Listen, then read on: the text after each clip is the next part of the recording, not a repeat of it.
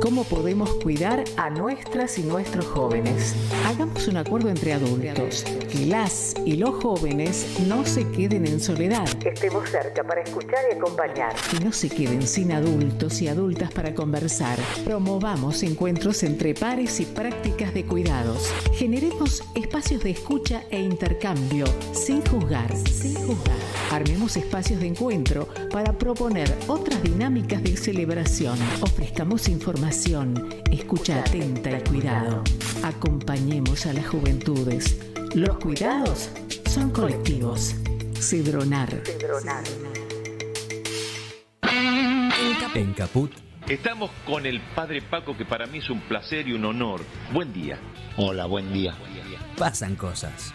Riéndome, seguramente Eve habría dicho alguna de sus bravuconadas y seguramente me hizo reír profundamente. No recuerdo exacto, pero sí recuerdo lo último que nos dijo en la plaza: hay que hacer una pueblada para echar a estos jueces de mierda.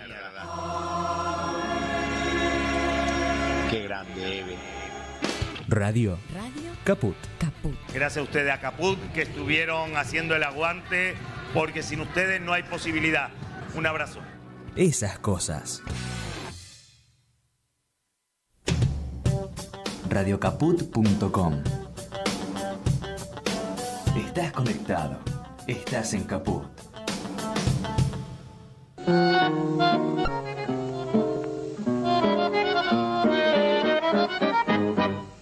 La Batalla del Prado. Los jueves a las 15 en Caput.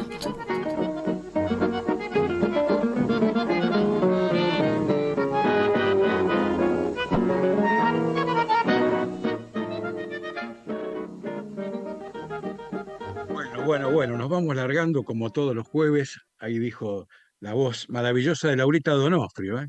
Todos los jueves a las 15, Radio Caput. Como todos los jueves, Nora Lafón, estás ahí, estás al aire. Mirá que sin vos no nos animamos a dar batallas. Estás ahí, ¿no? Estás desmuteada, está todo sincronizado, la tecnología funciona de 10, como habitualmente. Le damos un abrazo a Martín Loza, que está en el control, ahí en el epicentro de esta, iba a decir publicación, porque estoy pensando en nuestro invitado de hoy, ¿no? Pero no, esta emisión, este programa que hacemos nosotros, el epicentro está en el estudio Chicha Mariani de Radio Caput. Mirá qué nombre extraordinario que tiene. Hoy es jueves 29 de junio de 2023, fecha que siempre establecemos porque no está de más recordarlo, porque las cosas en nuestro país cambian tan vertiginosamente que mañana, día 30, podemos quedar absolutamente desactualizados. Y el día, dentro de una semana nos pueden decir: mirá lo que estaban diciendo estos tipos, no se daban cuenta de lo que pasaba. Bueno, lo que pasa es que hoy no sabíamos lo que iba a pasar dentro de 24, de 48 o de 72. Ahora, hay cosas que son permanentes, cosas que son estables. Por ejemplo, Nora, vos nos contaste ya hace unas semanas, y te escuché acá en Caput y también en algún otro espacio, elogiando y prestándole mucha atención al Museo Penitenciario, porque vos estuviste en el lanzamiento, en la inauguración. Recordanos cómo fue ese momento. Bueno, fue el momento en que se hacía un homenaje a Susana Valle, organizado por el director del museo, que es, por supuesto, Oscar González. Y además fue un homenaje maravilloso donde todos pudimos emocionarnos muchísimo por todo lo que estaba pasando, por todo lo que estábamos recordando, por todo lo que le hicieron a Susana Valle. Por supuesto, la hija del general Valle, que fue fusilado en la penitenciaría que estaba ubicada en la calle Las Heras en ese momento, y que además en los basurales de José León Suárez también fueron fusilados y masacrados un montón de militantes compañeros. Recuerdo perfectamente cómo lo contaste, la emoción con que lo contaste, porque era ahí, sobre el momento que habías estado con ellas, con la descendencia de Valle, nada menos, ¿no? Y también que nos diste un dato en ese momento, además de la ubicación geográfica, que el porteño dice: bueno, está ahí nomás en la Plaza Dorrego, tantas veces que uno ha pasado por ese edificio. Y además nombraste al director, al coordinador de la restauración o de la recuperación de este Museo Penitenciario Federal, que Mi es Oscar amigo, González, mi amigo ¿no es Oscar cierto? González, un amigo con el cual tenemos larga data de muchas travesuras juntos. Entonces, dale la bienvenida a vos, Nora, dale la bienvenida porque este es un pollo absolutamente tuyo. Bueno, sí, Oscar, querido, ¿cómo estás? Es un placer tenerte hoy con nosotros. El gusto es Gran mío, placer. querida Nora, querido Horacio. Tantas cosas que hemos hecho. Algunas conspiraciones exitosas, pocas, las menos. Pero algunas sí, algunas exitosas, sí. Algunas muy exitosas. El comité ejecutivo del gremio de prensa fue una cosa que nos la pasamos así tan unidos y tan especialmente creativos, ¿no? Fíjense que Claro. ayer a la mañana, precisamente Nora y Horacio, vino una gente del CIPRAVA que yo no conozco, gente nueva en la actividad, para nosotros nueva, son ya muchachos maduros ellos, para hacer una entrevista sobre aquella época y hablar precisamente del comité ejecutivo del plenario de delegados. Mirá qué telepatía, qué vínculo que tenemos, ¿eh? Claro, ¿sabés qué pasa, Oscar? De grande. Claro. ¿Sabés qué pasa, Oscar? Nora ya lo sabe. Generalmente nuestros invitados son gente que presenta más de una faceta para entablar la conversación. Vos no sos una excepción a eso, porque uno podría agarrarte por el lado de tu larga militancia política. Mirá cómo me iba a lo periodístico, de nuevo. A esas experiencias, incluso dentro de tu militancia en el socialismo, a un subgénero, que es el de la coherencia, pues siempre has estado vos en ese palo. Es muy difícil encontrarte, Oscar González fue para este lado, después fue para el otro y qué sé yo. Pero un camino que ya lo hemos conversado con Nora preparando este encuentro, que es, a propósito de esta tarea de recuperación de un museo, el sentido que eso tiene para la batalla cultural o para el despliegue de las cosas culturales, siempre con un sentido de que las cosas vayan mejor, no de que vayan peor. Para eso, si te parece bien, Oscar, nos preparamos un fragmento de lo que te escuchamos en estos días conversando con Maja Burgos en la radio Caput. Algo que referiste sobre España y cómo se da la lucha por el sentido común y las batallas culturales. Escuchalo porque es breve y es muy interesante el tipo que habla. Escuchalo, Oscar. Menos. A ver. Pero desde el punto de vista de la política interior, ha hecho una política muy razonable. Ha impuesto tasas y contribuciones muy altas al poder económico. Ha mejorado y bajado para los sectores populares las tarifas energéticas, que en Europa es un drama. Ha mejorado el rango de las pensiones. Y es una población muy vieja desde el punto de vista de la pirámide poblacional, la población española. Y sin embargo avanza a la derecha. Entonces, avanza a la derecha. ¿Por qué? Porque esa batalla cultural no la pudimos o no la supimos dar acabadamente, y el condicionamiento de todos los medios ligados al poder económico es lo que nos condiciona y hace que los valores del individualismo, del neoliberalismo, son los valores considerados naturales, el sentido común que piensa cualquier persona, que está condicionada, armada, formateada por ese tipo de valores. Esa batalla la tenemos que seguir dando, al margen de la batalla electoral, o conjuntamente con la batalla electoral.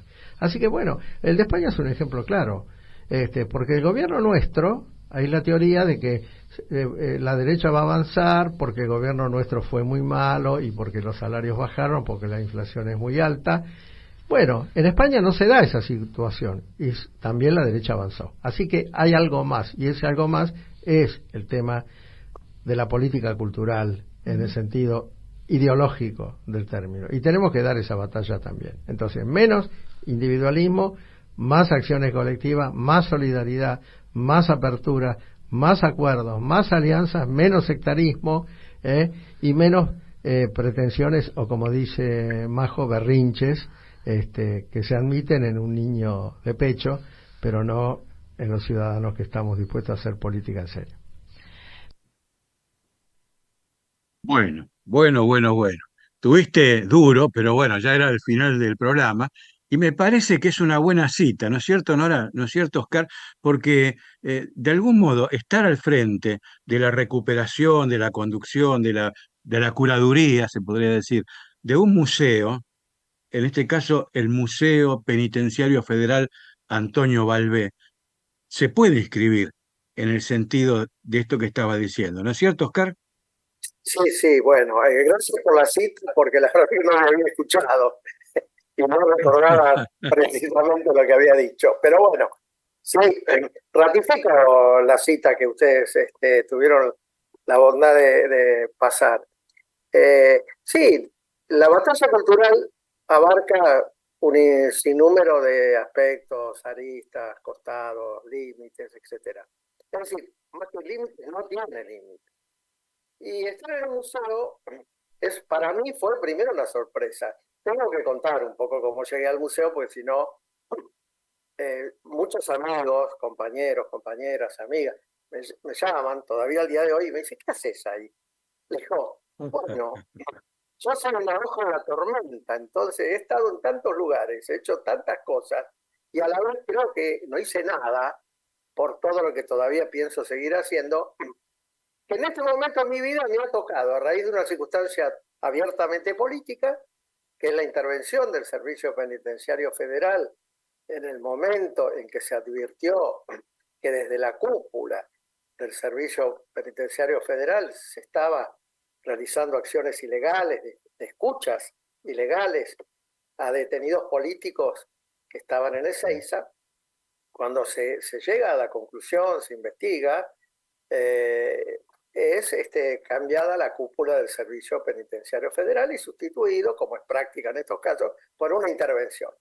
Es aquí que se designa interventora en el Servicio Penitenciario Federal a la doctora María Laura Garrigosi, Malala Garrigosi.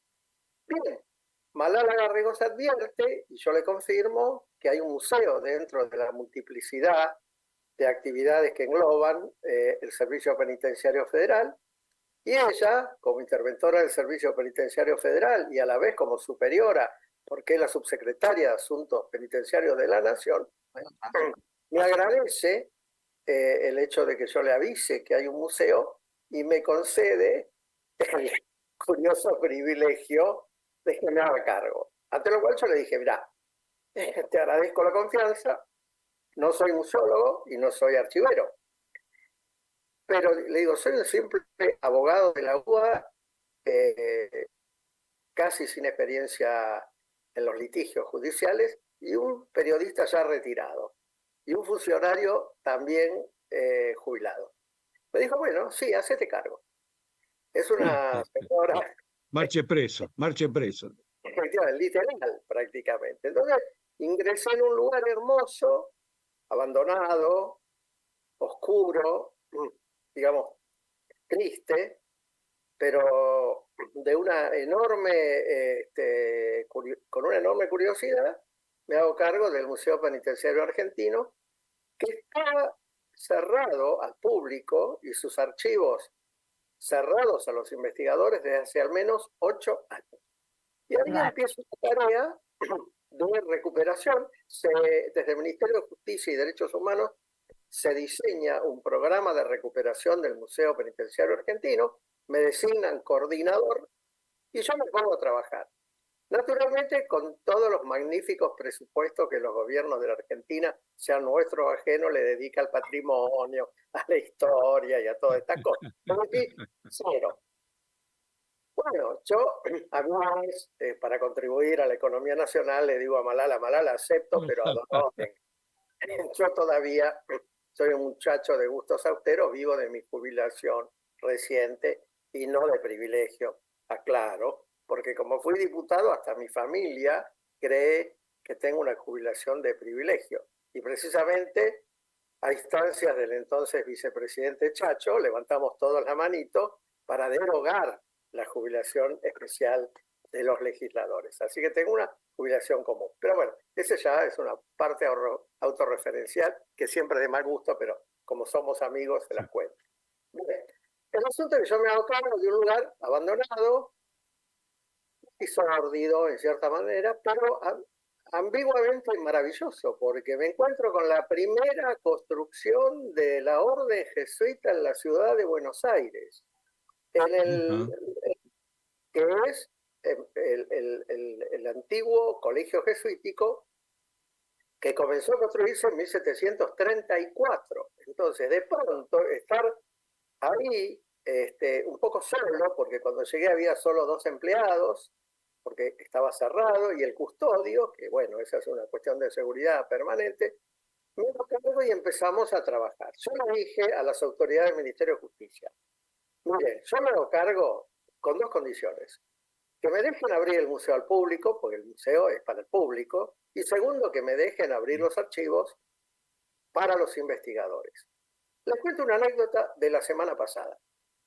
La semana pasada, llegando al museo, a una hora improbable para mí, por azar tuve que hacer cosas, llegué a una hora que no es la hora habitual en que llego, me encuentro una pareja hablando y gesticulando y señalando en la puerta del museo. El museo obviamente cerrado un día de semana. Me acerco para entrar al museo y me dice una señora que estaba ahí, con el que después supe que era su marido, me dice, ¿usted es de acá? Le digo, sí, bueno, algo tengo que ver, dígame. Dice, bueno, yo soy una periodista argentina, pero que vivo hace muchos años en España, más precisamente, perdón, en Cataluña, y me dice, y estoy en Argentina porque anoche acabo de presentar mi libro, una novela que se llama Victoria, y que transcurre en los 26 días que Victoria Ocampo estuvo detenida en 1953 en el asilo correccional de mujeres. Porque hay que decir que el Museo Penitenciario Argentino está situado en el edificio que antiguamente, hasta 1974, fue el asilo correccional de mujeres. Le digo, ¿no es cierto? Llamada la cárcel del Buen Pastor porque las monjas del Buen Pastor eran las custodias de las detenidas comunes y políticas, también llamada cárcel de mujeres porque fue la única cárcel de mujeres que hubo en Buenos Aires, también llamada la cárcel de San Telmo. En fin, esas denominaciones remiten a un mismo lugar, que es la antigua cárcel que está en la calle Humberto Primo, entre Balcarce y Defensa, pegado contiguo a la iglesia de San Pedro Telmo. Bueno, continuando esta historia, porque es reveladora, digo, entonces usted conoce perfecto este lugar. Dijo, no, precisamente le vengo a señalar a mi marido el lugar donde transcurre la novela, pero al cual yo nunca pude entrar. Le digo, sé que usted escribió una novela sobre Victoria Ocampo en sus 26 días de detención en este lugar y nunca entré. Me dice, sí, yo vine hace 6 años cuando empecé a preparar esta novela y no me dejaron ingresar. Entonces, yo por supuesto le invité a pasar, y bueno, fue un poco emocionante porque esa autora, tuvo que imaginarse el lugar al que no pudo acceder. Y este cambio de gestión le permitió, claro, un poco tardíamente, enterarse de cómo era efectivamente. Y yo le mostré el museo, bien. En fin, este es un ejemplo de lo que yo les venía diciendo, que es el hecho de que yo pedí que la condición 1 sea abrir el museo al público, cosa que sucede todos los domingos desde febrero de este año, sin excepción, de 11 a 15, y abrir los archivos a los investigadores. Quiero decirles que tengo investigadores que llegan de todo el mundo, sobre todo de Europa, pero también de Estados Unidos, al margen de los locales, que no habían tenido nunca la posibilidad de acceder a los archivos. Y los archivos del Museo Penitenciario Argentino son enormes. Tenemos entre 15 y 16 mil historias criminológicas. Yo lo digo un poco en chiste, un poco en serio. Cada uno de esos legajos, cada historia de uno de los detenidos o detenidas en cualquiera de las cárceles del país, porque nosotros no solo tenemos los registros del asilo correccional de mujeres, sino que tenemos los registros de todas las cárceles del país, desde la cárcel de Tierra del Fuego hasta Jujuy. De tal manera que este bagaje está hoy puesto relativamente, modestamente y austeramente puesto en valor y accesible, porque además nosotros tenemos que cumplir lo que nos manda la ley, que es abrir la información al público. El derecho a la información, en este caso, lo estamos llevando adelante. Oscar, todos esos legajos que estás diciendo, que son una tonelada de legajos, son un material extraordinario porque además está registrado, uno supone, sin un interés prejuicioso. Quiero decirte, el que anota edad, procedencia, qué hizo el tipo. Es decir, debe ser prontuarios lo más asépticos y lo menos intencionados posible, porque ni siquiera debe estar en el que tomó nota la pretensión de absolverlo, de aliviarle la condena o de, por el contrario, perjudicarlo, ¿no? Y debe haber, así como Victoria Ocampo, tiene que haber una cantidad de legajos, incluso de gente que en su momento uno no se imaginaba la proyección que iban a tener. No es el caso de Victoria, pero otros casos sí. A lo mejor pasó por acá uno que 20 años después iba a ser un personaje notorio por el bien o por el mal, ¿no? Mira, contrariamente a lo que vos suponés, que es lo que usualmente se piensa, todas esas historias criminológicas, no tanto las referidas a los detenidos políticos, que es una obviedad eso, sino la de los presos comunes, que quizás sean las más interesantes, al contrario, están totalmente subjetivizadas por la No te puedo acción. creer. No, Este asesino, este absolutamente. sinvergüenza, este vago. No en el sentido de, sí, algunos adjetivos, pero ¿a qué me refiero? Precisamente el interés que tienen esos legajos y algunas de las salas del museo es que lo que revelan es cuáles eran las teorías criminológicas y las concepciones que se tenían, penales, punitivas, que se tenían en relación a las personas que cometían delitos. Y estoy hablando básicamente de los delitos comunes. El problema es que ustedes saben que a fines del siglo XIX la antropología criminal y toda la corriente de Lombroso, etcétera, etcétera, que llegó a la Argentina por vía del derecho penal italiano, de todos los penalistas italianos, de Ferri y de José Ingenieros, no olvidemos, José Ingeniero fue el fundador del Instituto de Criminología de la Penitenciaría de las Heras. Por eso nosotros tenemos una sala dedicada a José Ingeniero, que era la corriente, un poco más moderno que Lombroso, ingenieros y todos los demás, de aquellos que hacían una correlación entre delito y aspecto físico, fisonomía, que si las orejas están separadas, que si la nariz es ganchuda, que si las uñas son largas. Entonces, hacían una correlación, porque ¿qué pasaba?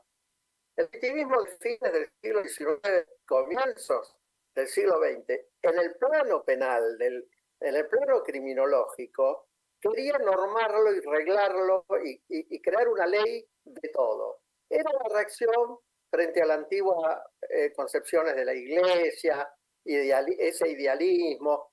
Estos eran muchachos prácticos. Todo lo querían encajonar y todo lo querían delimitar y en lo posible construir una ley que rigiera la actitud de los delincuentes. Hoy día todo eso nos parece un poco gracioso, un poco muy arcaico, pero lo interesante de las historias criminológicas sí, más o menos, ¿eh?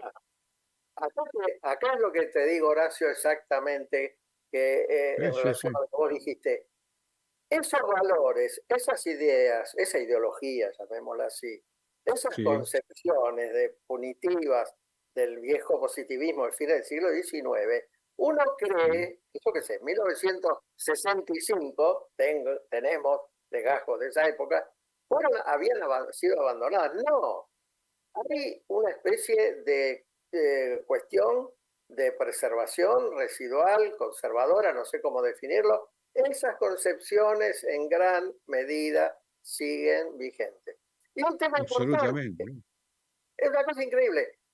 Y una cosa, la doctora Garrigós, cuando toma contacto, que yo le invito, cuando nos hacemos cargo del museo, le digo, venía a ver esto, y dice, no puedo creer que todavía se piense el derecho penal, la criminología, en fin, todas las áreas conexas al tema penal y al tema penitenciario, con esos valores y esos criterios. Pero es así, no digo que sea ahora así, pero una revisión de esos legajos, yo reitero, El Legajo es una serie de Netflix, no una película ni un capítulo, ¿eh? Cada legajo, al azar, hay un ejercicio, tomar al azar, con guantes y barbijo, aviso, un legajo implica entrar en un mundo, porque aparece el sujeto, delincuente, la familia, el contexto, la Argentina de la época, los 20, los 30, los 40, los 50, y un capítulo aparte ya es el tema de los detenidos políticos, que en el caso, yo mencioné,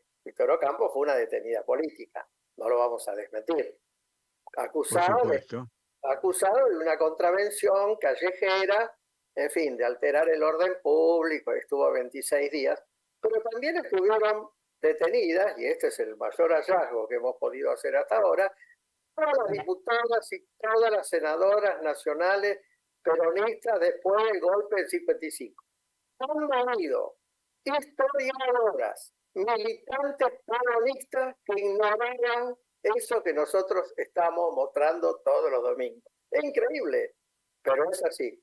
Un episodio histórico tremendo, absolutamente ignorado. La gente se queda sorprendida de que no una, no dos, sino todas las diputadas y todas las senadoras, después del 16 de septiembre del 55, fueron detenidas, masivamente trasladadas al asilo correccional de mujeres y estuvieron ahí todas las importantes, conocidas, Juanita Larrauri, bueno, Delia Pavoni, pero las anónimas señoras diputadas del remoto interior, que la verdad es que no habían tenido demasiada actividad porque habían sido encuestadoras, empadronadoras de Evita a fines de los años 40. Bueno, eso es lo que te demuestra que desde un museo, más allá de la melancolía, la historia y la memoria, se puede hacer batalla cultural, porque no podemos tener un episodio de esa gravedad inusitada, ignorado por el pueblo, incluso por la gente que se considera militante peronista e ignora la propia historia, pero sobre todo la historia argentina. Parece, Nora, Oscar, que se abrió ahí una olla riquísima, llena de oro. Es una joya todo eso que estás describiendo. Me llama la atención que desde afuera le hayan echado el ojo los investigadores, y yo, que me considero un laburante de esas cosas, pasé por esa puerta 10.586 veces y nunca pensé que se podía golpear a la puerta y pedir permiso para chusmear un poco, como hizo la novelista española. Ahora, como premio, vamos a ir a la primera pausa, pero antes de irnos a la pausa, como premio, Oscar, por esto que nos contaste, te vamos a dedicar, ahí Martín Loza ya está con la púa lista para el Wincofón, un tema de Edmundo Rivero, con letra de Yacaré Felipe Fernández, hombre que nació en la provincia de Buenos Aires, pero se crió en San Telmo. Según Luis Alposta, primer poeta que se animó a poner el lunfardo en formas cultas, en sonetos y todas esas cosas. El tema, dedicado a Oscar González y dedicado a Nora Lafont muy especialmente, y a mí, y a Martín Loza y a todos los que estamos por acá, es Desde la Cana. Ponelo nomás, Martín Loza.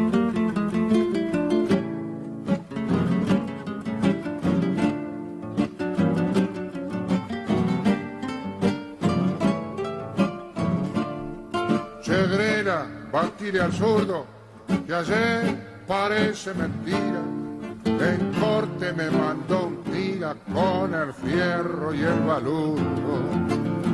Y como me hallaba curdo, batí el justo y la arruiné, sobre el pucho me aboqué, pa' sacar limpio al goruta, que lo había catado la yunta laborando en societe.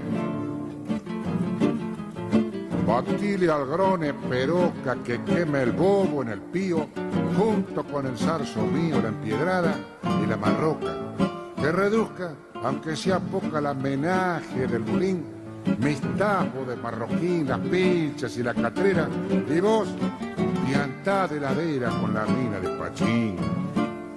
Si me sale bien el tiro y sobre el magistrado, creo seré jubilado de circular en el giro. Es por eso que me estiro en la cuestión del sumario. Pa' que vos al secretario lo trabajé con cautela. ¿Y quién te dice, Chegrela, que me limpien por otario? En fin, estoy en gallola, sin fasos, mal empichado, del celador mal mirado por carencia de chirola. Dame si es que me da bola, si quiero un gomán, mijita. No faltes a la visita y acordate de este coso, que aunque chorro y ranfañoso, sabe llamarte Grelita.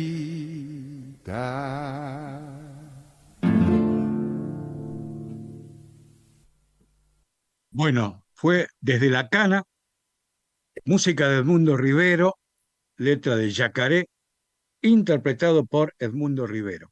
Vamos a un corte con Martín Loza y cuando volvamos seguimos con Oscar Roberto González. Le damos el nombre completo porque en la segunda parte vamos a indagar un poco en su prontuario personal. Mandanos un WhatsApp. Mandanos Sarasa y Noticias. 11 65 16 44 46. ¿Cómo podemos cuidar a nuestras y nuestros jóvenes? Hagamos un acuerdo entre adultos, que las y los jóvenes no se queden en soledad. Estemos cerca para escuchar y acompañar. Que no se queden sin adultos y adultas para conversar. Promovamos encuentros entre pares y prácticas de cuidados. Generemos espacios de escucha e intercambio, sin juzgar. Armemos espacios de encuentro para proponer otras dinámicas de celebración. Ofrezcamos información, escucha atenta y cuidado. Acompañemos a las juventudes. Los cuidados son colectivos. Cedronar. Vuelve Esa Mujer. El cuento de Rodolfo Walsh. En el Complejo Teatral Ítaca. Segunda temporada. Todos los viernes a las 20:30. Entradas por Alternativa Teatral. Vení al Mercado Morón. Panadería, Frutas y verduras, lácteos, limpieza, carnes y pescados, pastas y almacén. Abierto de lunes a sábados de 9 a 18 y domingos de 9 a 13. Reintegro del 40% de tu compra abonando con cuenta DNI. Mercado Morón. Avenida Perón, ex Gaona 3883. Intendente Lucas Gui.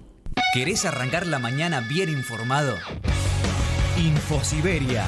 Las noticias en tu celular.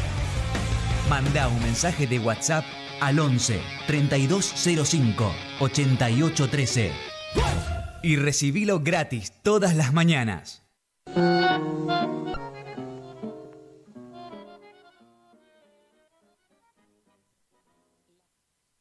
Bueno, de nuevo por aquí con la batalla que hacemos todos los jueves junto con Nora Lafón. Y decíamos, vamos a hacer un poco de prontuario de Oscar Roberto González, nuestro invitado de hoy. Porque, Oscar, primero hay una cosa que quisiera saber. Tu vocación socialista, tu militancia en el socialismo, que se da, hasta donde yo tengo memoria, en tus años de universitario, de estudiar Derecho, pero ¿de dónde te vino? ¿En tu familia qué eran? ¿Socialistas? ¿Qué pasaba con eso? Bueno, les cuento porque estoy en el aniversario. Ahí ahora van a saber por qué. Mi familia era una típica familia inmigrante gallega de Monte Castro. Mi barrio es Monte Castro, muy cerca de donde naciste vos, creo. Creo que somos limítrofes casi. Claro, Villarreal, claro que sí. Barrio que nadie conoce y que los que lo conocen ignoran, un barrio muy chico. Conozco muy poca gente que haya nacido ahí. Carlitos Ulanowski, por ejemplo, sí.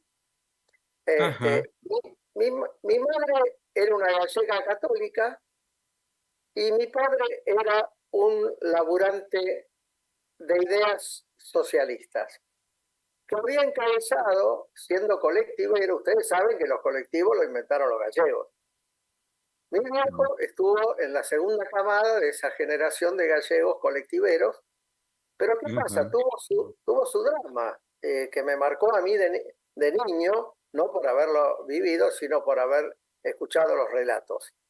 Mi padre con otro gallego tenían un colectivo que andaba iba de Floresta a Campo de Mayo, de la Olivera y Rivadavia hasta Campo de Mayo, en la época en que todo era barro, por supuesto, los pasajeros cuando encallaba ayudaban al chofer a sacarlo adelante. Pero ¿qué pasa? De acá viene mi vocación política.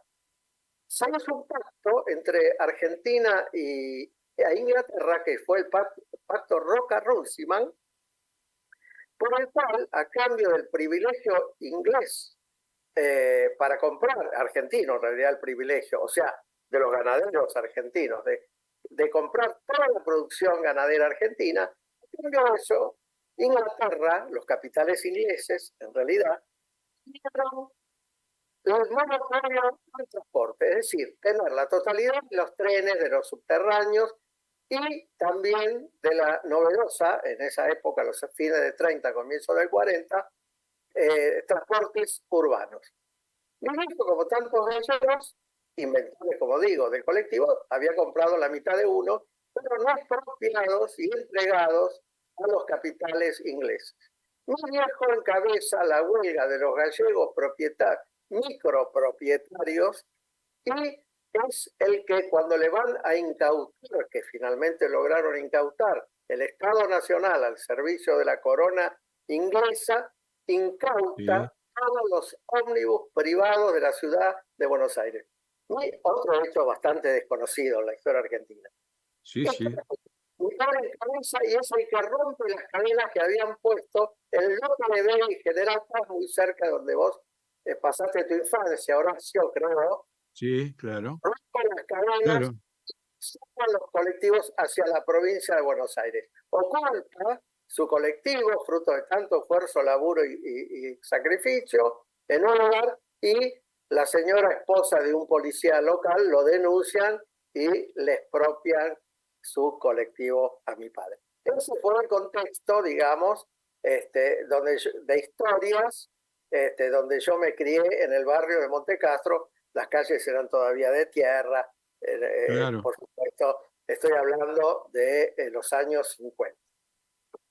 A los 14 años yo iba al Colegio Nacional Urquiza y vi un cartel en 1963, por eso digo que estoy de aniversario, porque la semana pasada se cumplieron 60 años de este episodio que contaré brevemente. Yo vi un cartel, yendo al Colegio Urquiza, que fue donde yo cursé el bachillerato, veo un cartel que dice Alfredo Palacios por Liniers, a las 19 horas, o el viernes a las 19 horas, el viernes, es el día exacto que pasa. Entonces salgo del colegio, me tomo el tren a Flores, me bajo en Liniers y me voy a José León Suárez y Rivadavia, y ahí me encuentro con un acto socialista donde habla nada menos que Alfredo Palacios.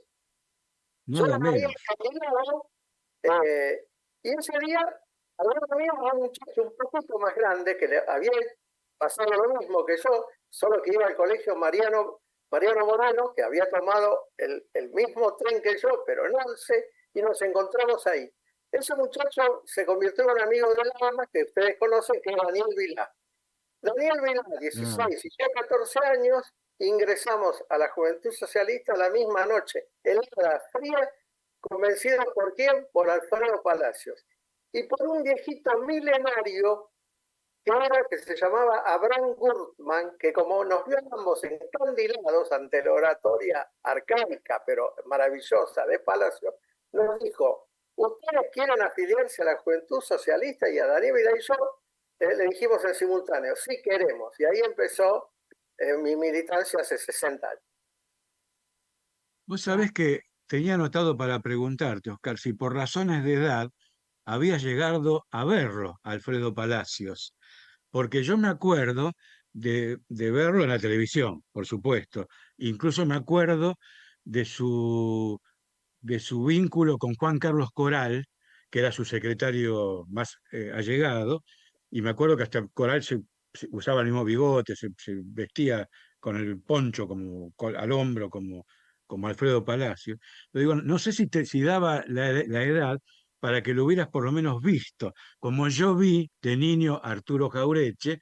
Honora Lafón, de muchachita, llegó a estar en una redacción donde estaba Raúl Scalabrini Ortiz. es decir, son esas grandes figuras que hoy uno cree que están alejadísimas en el tiempo y por ahí uno llegó a verlo, ¿no? No, solo la vi esa noche, en ese acto con el cual obviamente no hablé con Palacios, pero yo lo vi 3 o 4 veces en su casa de la calle Charcas 47-41, el verano del año de su muerte. Él murió en el 65, en abril, yo lo vi en enero y febrero. Les cuento brevemente que en ese momento el Partido Socialista estaba no tan mal como ahora, pero había sufrido muchas escisiones y había muy poca gente joven.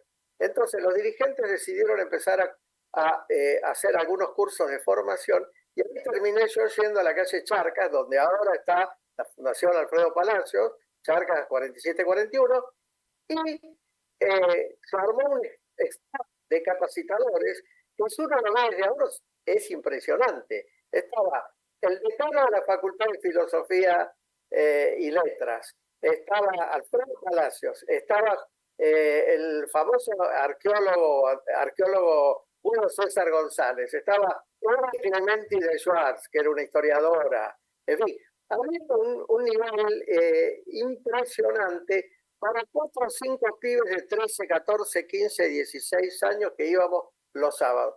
Para eso lo recuerdo muy bien, porque estaba en su casa en un pijama de franela dentro de la casa en pleno verano y tomando helado. Y a Coral, por supuesto, no solo lo conocía a Coral, sino que hace no muchos años le prologué sus libros y se los edité. Y algo que nadie sabe, cuando yo estuve en la jefatura de Gabinete de Ministros, durante 6 años, Coral, todas las mañanas a las 8, llegaba a la jefatura de Gabinete de Ministros y yo lo único que hacía era facilitarle una computadora para que él escribiera su libro El socialismo criollo, que es una biografía de Alfredo Palacios, que todavía circula porque murió hace 3 o 4 años, Coral, con muy pocos de esos libros distribuidos. Así que lo conocí a Palacios, lo conocí a Coral, y a Coral fuimos íntimos amigos, hemos tomado litros de alcohol juntos, rememorando. Yo me disputé con él en las villas Las Antenas de San Fernando, en Ciudad Oculta, en Dock Sur, en todos lugares donde ahora la cosa es un poquito más difícil quizás que en los años 60, 70. Sí, yo tengo más, me anoté más nombres de esos que yo sin saber ni medio, digo esos socialistas famosos, ¿no? Como desde ya Palacios, Coral. Pero, por ejemplo, me anoté a Alfredo Bravo, porque vos lo frecuentaste, Alfredo Bravo. Yo tengo, acá donde yo vivo en Núñez, mi vecino viejo, ya fallecido, era muy amigo de Alfredo Bravo. Yo estoy cerca de la cancha de River Plate, y Alfredo Bravo era muy hincha de River Plate. Incluso alguna vez protagonizó un episodio que, enojado con un arbitraje, o qué sé yo, entró y quería patear la puerta del referee. Era un gran personaje, además de lo que sabemos públicamente que fue de enfrentamiento a la dictadura y las cosas que vivió, ¿no? Las penurias que vivió. Lo trataste, Alfredo Bravo, por supuesto.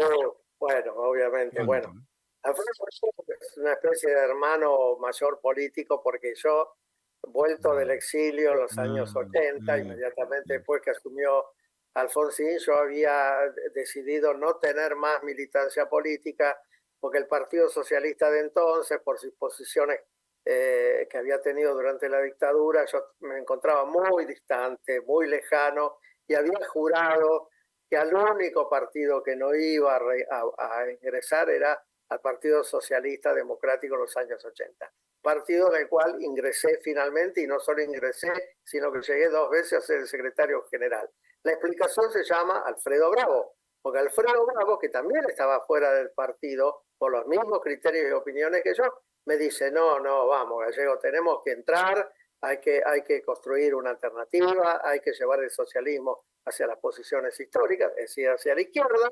Y entonces ahí empecé a ser su asesor en una campaña que tuvimos, que él era candidato a diputado. El Partido Socialista Democrático entonces nos recibe bien, pero cautamente, nos da una oficina de más o menos 1,5 metros por 80 centímetros, en la Avenida Mayo, para que instalemos el comando electoral, y hicimos la campaña con Alfredo.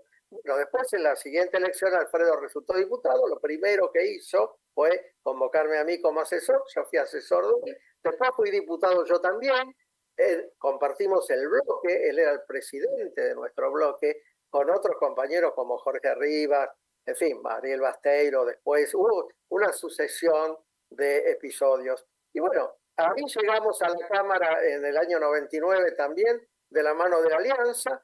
Nosotros rompimos inmediatamente con la Alianza. Alfredo Bravo, aún antes de asumir la presidencia de la Rúa, cuando de la Rúa hace un anuncio de que Juan Liach iba a ser el ministro de Educación, ahí decidimos, antes de ingresar al gobierno de la Rúa, habíamos desistido de darle nuestro apoyo por ese episodio de nombrar a un empresario neoliberal, nada menos, imagínense, Alfredo Bravo, que tenía un carácter explosivo, no puedo repetir, digamos, las palabras que utilizó para calificar al presidente de la Rúa esa mañana en su casa de Saavedra, que por cierto ahora se va a poner una placa, la Comuna 12 creo que van a poner una placa la semana pasada en el frente de lo que era en la calle de Irlanda, en la casa que era de Alfredo Bravo. Así que sí, todas esas figuras fueron cercanas y todavía me da para contarlo y pienso estar un rato largo dando vueltas. Qué lindo, qué lindo. Para quienes nos están escuchando sin imagen y también para quienes nos están viendo por Zoom, no es que la hayamos censurado a Nora Lafont, sino que por problemas operativos, circunstanciales, porque nosotros habitualmente hacemos los programas desde el estudio, nos encontramos ahí cara a cara, entonces cuando nos enfrentamos a unos Carlos González, como en este momento decimos, no, pero ¿qué vas a defender a Alfredo Bravo? Basta de socialismo y no sé qué, bueno. Así que también mensaje para Nora, que tuvo que bajar su imagen, pero está conectada. Nora, cuando tengas que entrar y refutar algo de González, hacelo directamente, aunque nos pisemos, no importa. Vamos y ahí está. A favor de mi amigo Carlos González, porque le tengo muchísimo respeto por todo lo que ha hecho a lo largo de su vida, por todo lo que significó su labor siendo el nexo durante los gobiernos de Néstor y Cristina, siendo el nexo con diputados y demás. Ha sido un eficiente colaborador y además le tengo un afecto muy, muy grande. Bueno, ¿vieron? Vos que estás escuchando o que estás mirando la transmisión zoomeada, ves que era cierto que Nora está ahí, atenta, al pie del cañón, y es cierto que mejora el audio cuando uno apaga la imagen. Son estos vericuetos, ¿no? Estos resortes de la tecnología disponible. Siguiendo con esta lista de personajes que has frecuentado, Oscar, de grandes figuras, también lo trataste a Ernesto Laclau, ¿correcto? Claro. Sí, yo a Laclau lo frecuenté en el último tramo de su vida, porque él vivía en Londres, pero ustedes saben, durante los dos periodos de Cristina, en el mismo lugar, siempre en la jefatura de gabinete, en la Secretaría de Relaciones Parlamentarias.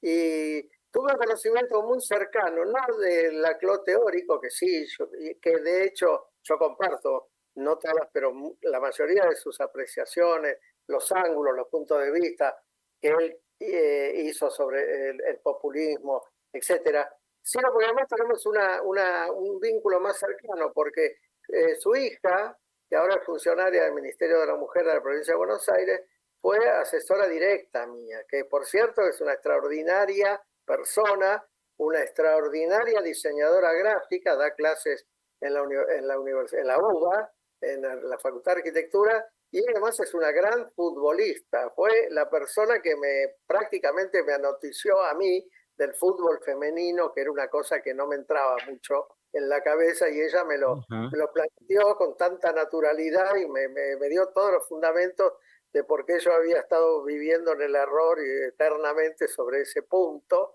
En fin, tenía una serie de ideas, prejuicios y preconceptos sobre eso. Me los demolió uno por uno. Y hoy creo que está a cargo dentro del Ministerio de la Mujer de la provincia, del programa de fútbol femenino o algo por el estilo. Así que yo con la CLO tuve muchísima vinculación. Me convocó al comité de redacción de su revista, Debates y Combates, de las cuales salieron 4 números. Desgraciadamente después él falleció en esa infausta circunstancia allá en Sevilla. Y además lo que más me gustaba hacer con la CLO era ir a Lograro, al restaurante de la calle Cafarena, ahí cerca de la usina de La Boca, con él y con Chantal, su esposa. Nos encantó ir a comer ahí algunos quesitos asados y algunas comidas de bodegón, que era el programa en que nos encontrábamos, básicamente, ¿no? Así que tengo un recuerdo tierno de él. Estaba su cumpleaños, que fue en una isla del Tigre, donde tenía una casa precisamente su hija, Natalia Laclau, estaba su hijo, sus hermanos, en fin, y me tocó un episodio triste, pero a la vez muy significativo, que es cuando traen las cenizas de Ernesto Laclau, que las trae su mujer, Chantal Mouffe. Yo no sabía que Laclau había nacido en Varadero, una ciudad donde yo tengo muchos conocidos por razones políticas de hace muchísimos años, así que me tocó un episodio prácticamente cinematográfico, que es en un mediodía caluroso, con una ciudad vacía y un cementerio muy antiguo pero muy bonito, porque es zona de inmigración francesa y suiza, Varadero, y tiene un hermoso, paradójico pero hermoso cementerio. A mí me tocó depositar la ceniza de Laclau en el cementerio de Varadero. Yo creo que casi nadie sabe que estaba ahí Laclau, porque además fue una ceremonia que no había más de 10 o 15 personas muy cercanas. Yo tuve el privilegio enorme, que consideré eso, de poder participar de ese evento. Bueno, flor de imagen la situación que describiste, ¿eh? Parece que uno hubiese estado ahí en ese momento.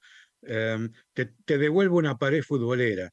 En esta radio está Lucía García Itzigson, entre otras cosas, integrante de Hijos La Plata, que es extraordinaria jugadora de fútbol. Lo sé a través de ella y de comentarios que me han hecho quienes la vieron jugar.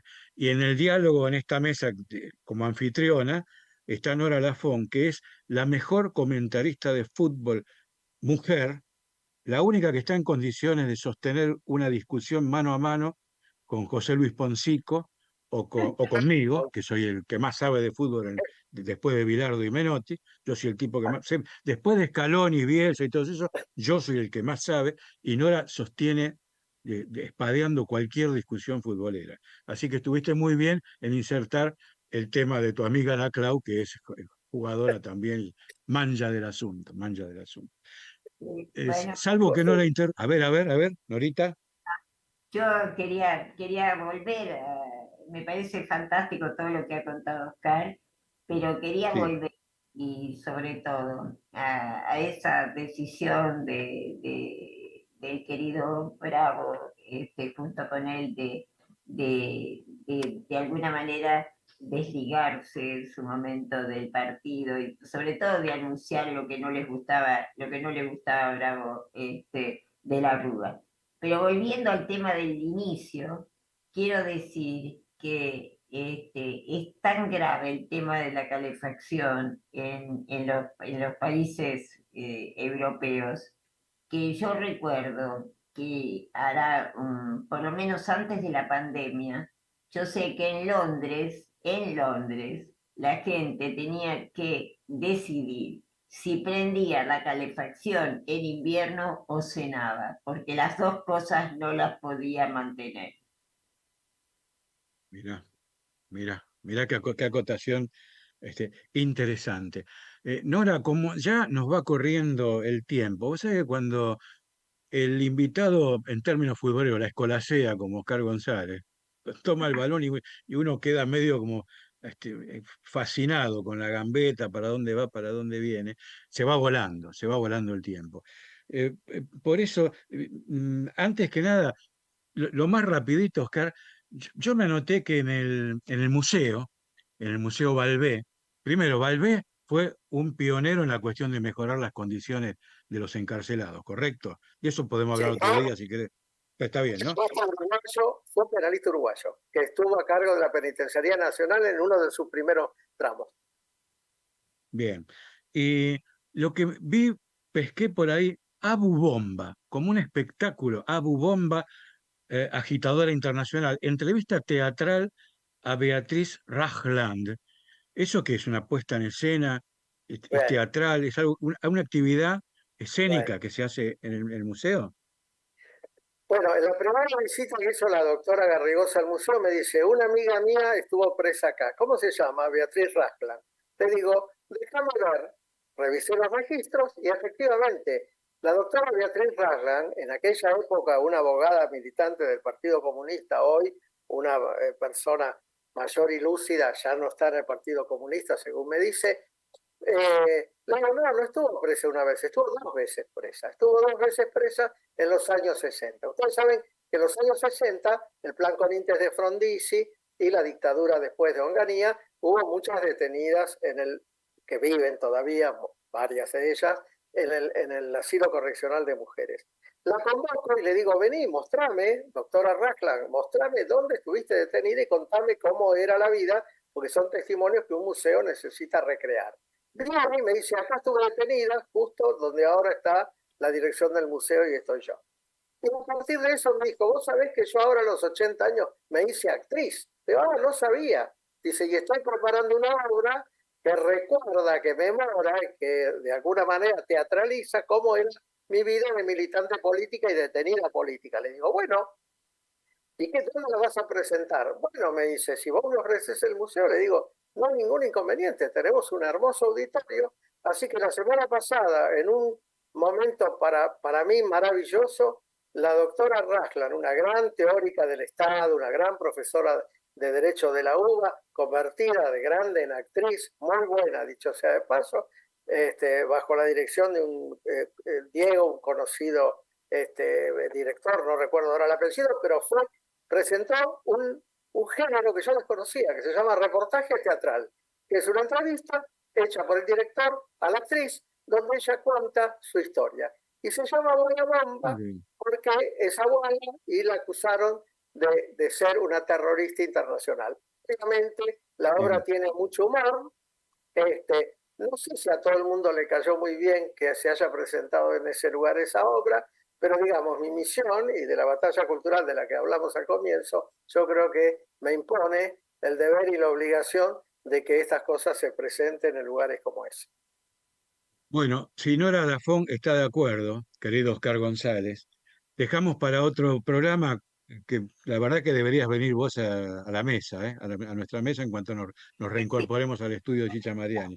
Dejamos para otro programa alguna palabra sobre Eduardo Rinesi, que vos has hecho trabajo, alguna sobre Ariel Basteiro, que ha estado cerca tuyo, no lo sabía yo, lo tomé nota recién cuando te escuchaba, pero no nos podemos ir, decir algo sobre Jorge Rivas, por quien siento una profunda admiración por su coraje cívico y por el modelo de persona que es, ¿no? Porque se bancó un palazo de la vida terrible y ha seguido adelante como si tal cosa. Yo con la 100ª parte de eso ya estaría llorando por las veredas. Bueno, yo lo que puedo decir de Rivas es todo relativo porque es mi gran y querido amigo de toda la vida. Entonces, es la persona que cuando nosotros decidimos reagruparnos en el Partido Socialista de aquella época, seleccionamos, que era muy joven él, para ponerlo al frente de nuestra primera competencia electoral, siendo apenas un chico de 20 y pico de años. Después hubo un episodio gravísimo, terrible, trágico, y la verdad que el ejemplo de vida que nos dio, la forma en que ironizó sobre su propia situación y sigue ironizando. Les digo sola, es mi vecino, además, compartimos el piso en el mismo edificio, así que tenemos tantas afecto, intersecciones, amistad y vínculos que, ¿qué les puedo decir? Lo que les quiero decir es una sola anécdota. Cuando yo le digo, che, muy bien, ¿cómo te aplaudieron? Porque él, por supuesto, que como está plenamente lúcido, circula por todos lados. Y circular es una palabra que yo uso con él en términos humorísticos. Nosotros nos divertimos mucho. Entonces, cuando yo le digo cosas como, por ejemplo, che, qué bien, ¿cómo te recibieron en este lugar? No es a mí, es a la sillita. Entonces, en alusión a en la silla de ruedas, ¿no? Entonces, ¿sabés qué vamos a hacer, Oscar? Un programa dedicado a Jorge Rivas. Y vos nos ayudás a conectarlo y a chamullarlo. Nos tenemos que ir porque nos están fajando ya para que nos escapemos. Nora, lo despedimos a Oscar con el agradecimiento gigante y con el abrazo de siempre. Nos vamos, Nora, estás ahí enchufada, ¿no? Un abrazo inmenso para mi querido Oscar. Chao, nos vemos, gracias. Chao, Oscar, gracias mil. Nos vemos. Chao, suerte. Nos encontramos con Jorge Rivas.